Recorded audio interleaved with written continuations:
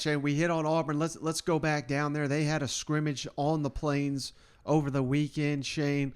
And like I said, TJ Finley running with the first team. Zach Calzada. He did have a touchdown pass from what I hear. So it's not like we're not sitting here saying he's a terrible player or anything, but first 3 drives didn't score, whereas first 2 drives for TJ Finley, Auburn's offense scored 1 field goal and 1 touchdown on those drives. Robbie Ashford, again, continue to hear good things about the quarterback many people have written off. And a little side note, Shane, Anders Carlson, our kicker, who lost for the season at the tail end of last year, 4 for 4 on field goals, so he's good for the year. That's a big boost for the Auburn Tigers. But again, the main impression, Shane, we hit on it already. TJ Finley, again, we're not sitting here saying guaranteed he's going to be the starter, but at this point in time, I would be surprised if it's anybody but TJ. And what does that tell you, Shane? Because we all know Brian Harsin on the hot seat, and if the team comes out here and struggles with a quarterback that a lot of this fan base has already written off, and they were ready for the Zach Calzada era. I mean, he's basically putting his nuts on the line here, saying this is my guy. If he does that, I don't know. Do you think that factors into this decision at all? No, I think at this point, man, it doesn't really matter. I think the pressure's off, Brian, and I know that sounds crazy. But I really think that, there were some true colors being shown down there. Here we just talked about Kentucky. Yeah. I mean, we had a similar version down there in Auburn, and people, just imploding on each other. And what came from that, I'm hoping, is a galvanized team, is a program that doesn't care what outside noise is, doesn't care who they put at quarterback, doesn't care, who starts on defense. It just, I think it's these guys against the world, and I think that's the kind of mentality that we saw at SEC Media Days, and that still stems to the quarterback selection here. He loves it. As you listen to Brian talk, and he talks about the other quarterbacks, but he keeps going back to how well TJ operated under center here, and that's what he wants. He wants somebody to operate the system that he's putting in place on the Plains. Yeah. So let's kick it over to Brian Harsin. But hey, before we do that, Shay, just a little media note inside baseball that I think majority of fans, they probably were like, well, who gives a damn about this information? But Brian Harsin, immediately after the scrimmage, met with the media. He did it even a little early.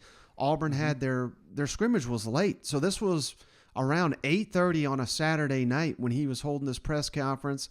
And why I'm even bringing attention to this, Shane, apparently last year, similar situation. He waited an entire hour. And, again, he doesn't work for the media, right?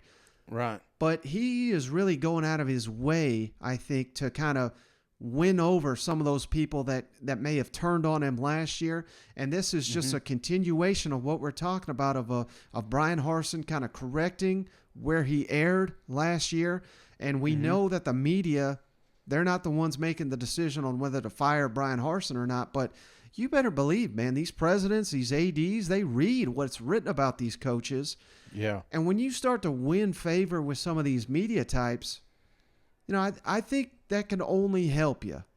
And I don't think Brian Harsin had that figured out last year, but I think he certainly does now. So I just wanted to make that little note. I mean, I think he is really, really trying significantly to correct the wrongs he had last year. Does that make sense? Yeah, if he wants to keep his job, he better call that SEC podcast for a sit down. No. Hey, I'll tell you, man, I think there have been a lot of coaches lose their jobs because they lost media control. Yeah. You think of some of the best coaches that are out there, they're just pawns to them, man. They're getting their message across. You'll hear it through this show, There's several of them that pop up, and you can hear it. It's almost like they're talking to some of those Kirby is one. That's you'll just remember this. Pin ear this thing, because when you listen to Kirby, he's talking to his damn team, but he's doing it through the media, and I think that's very important, because you got to have them. If not, they're going to find news, and it may not be good news. It may not even be real news. You know, they're going to find something, and I think, you know, having the media in your pocket, you know, just catering to them. I know it sounds stupid, but then you can kind of dictate what you want to control as far as narrative down there. Yeah. So let's kick it over to Harson. Shea talks about, you know, he's kind of over the moon, it sounds like, with TJ Finley, how he's been a coach on the field for the Tigers. And then the second question, you know, what did he want to see from the quarterbacks in this scrimmage? Who's going to lead this football team? That was the key to what Harson's comments here. So we had a little situational scrimmage. We got some live work in tonight, which was good. We needed that. I thought the effort was really good tonight. Execution will improve. We got a chance to play a lot of guys, so kind of your typical first scrimmage. Get a lot of guys in there, let guys tackle live, let guys try to break tackles, see if we can move the ball down the field, what's going to happen in certain situations. We've been emphasizing that quite a bit, and I thought the guys handled it well tonight. I was proud of them, just the effort. I thought the effort was there. Urgency, we talked about that. It can always be a little better, but it's first scrimmage. You know, there's a little bit of nerves, and being in the stadium, guys are excited. Some of the new players that haven't been in the stadium, you know, they look forward to that. But just a few standouts. I thought Damari Alston ran the ball well today. So we had a couple of freshmen that stood out. Damari Alston stood out. Thought he ran the ball really well. And then Camden Brown had a touchdown tonight. So those are two freshmen that I thought played well. And then other than that, you know, everybody got some opportunities on the offensive side. So a few catches here and there for everybody, like 2 to 3 catches. Barr had 3 catches. Shanker had a couple catches. Fromm had a couple catches. Shanker also had a touchdown tonight, which was good. So just kind of getting the tight end the ball. Quarterbacks, I thought all did some really good things. Finley operated well tonight. That was good to see. Thank you. And you know, I thought we had a long drive on the very first drive with the first group. It was about 14 plays. So he executed well on that drive. I thought Robbie did well too, making some plays and operated the huddle and did some good things on that part, on his part. Calzada, solid tonight, had a touchdown as well. Carlson was 4 for 4, so it was good to have him back out there too, just after the injury, and to see him get out there and get a few kicks. He's been really doing well in camp, but tonight was good to be out in the stadium, I think, for him as well.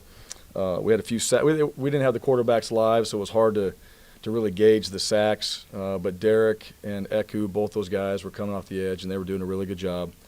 But we had Eku credited for a sack. I think Derek would have had 1 or 2 in there as well. And then at the end of it there, we did a little goal line period, and there was a fumble, and Craig McDonald picked it up and ran for about 95 yards on it. So it was a great play. I don't know which linebacker it was that kind of came through there and made the fumble actually happen. But Craig picked it up and ran it in, and that was how we finished it out. So it was good for the defense, good energy that way. And overall, I thought, you know, we got some good work in. We're a ways away from where we need to be. I think guys know that. So I've always been impressed with TJ as far as just his command. He understands. He's very much like a coach on the field. He understands what we're trying to accomplish. I think he's conceptually picks things up very quickly, listens to the details and all the little nuances of plays and what everybody's supposed to be doing. If there's a coaching point made, not just for him but anybody, he'll remember that coaching point and be able to echo it whenever it comes up, or remind guys, you know, and doesn't have to be a coach, which you appreciate. So there's just a lot of, I think, let me say this, he's got a really good understanding of what we're trying to accomplish, all right, and he listens to those things. So I appreciate that. I thought tonight he was good, led the team down the field. I think he executed well when he needed to in some critical moments. Can improve in just kind of some of the easier throws that we didn't complete tonight. Don't know if that was him or not, but I think there's some things that we can improve in those areas just from an accuracy standpoint. But overall, I thought he operated well. There's some. I'll watch it tonight, and I think we'll see some of that on film. And that's the one thing I told our guys. Every one of those guys want to play, and we're going to play the best guys. They all deserve an opportunity to go out there, which we've given every one of our guys to showcase what they can do. And now we got to start making some decisions. All right, we got to start figuring out all right, who's going to get a little bit more reps? But as far as the quarterback goes, I watched the whole thing, sideline all the way to the field, how we operate in between plays, the sense of urgency, how fast we call the plays, how fast we get to the ball, how we check things, how we get our offense into the right situations. All those things come into play. So it's not just, hey, that guy throws the ball, perfectly or the best every time. You want that, but like, how's he operating? Right? What's he doing? Is this guy going to help us in the run game? Can he help us, with his feet? Can he do some things in the pass game? So there's a lot more other factors. And then, you know what? Hey, you're watching how accurate they are. You're watching the decision-making process. So that's what I was looking at tonight. What I told those guys tonight, I wanted to see them lead. That's what I wanted to see. From the sideline on the field, that was the number one thing for me. Coach Keesaw can figure out the rest. I want to see these guys lead. And I want to see them just operate our offense. And I thought, for the most part, they did a good job. We didn't have a lot of delay of games. We had one delay a game. We didn't have a ton of bad snaps or just sloppy football from the quarterback play. We can get better, but it wasn't that sloppy from their end. You mentioned it. All right, Shane. So, I don't want to say he's calling out Zach Calzada because I don't think that's the case at all. Right. But I think, when you bring in a transfer guy and he wasn't able to participate due to injury during the spring, that it's easy to if you listen to everything he's saying, it certainly sounds like TJ Finley is leading this football team, and that's if that's truly what he was wanting to see. I mean, that's again why I'm so high on TJ Finley right now. Well, yeah. I mean, and that's again, that's the narrative he gave down there. This is his guy. He mentions Calzada, but I think, Calzada's got a long ways to go.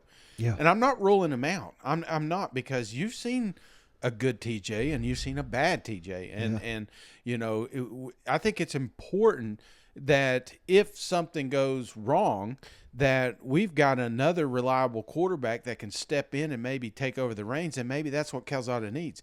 He's done it before. It wasn't maybe the best season, but he sure did win a lot of games last year. So maybe that's just the message he's trying to get across to Calzada. I mean, I'm just trying to read through the lines here. I'm just happy, if I'm a fan, that we've got a quarterback, and we got to work on a few things, because that's what Brian says. It's the minor things that we've got to execute. The short passes, which I know that sounds stupid, but a lot of times these kids just want to sling it 40 yards in the air. But it's the little passes, it's the check downs, it's getting rid of the ball. Things like that. I think if he can work on those minor details, then I don't know, man. Maybe we got us a quarterback down here. Yeah, no doubt.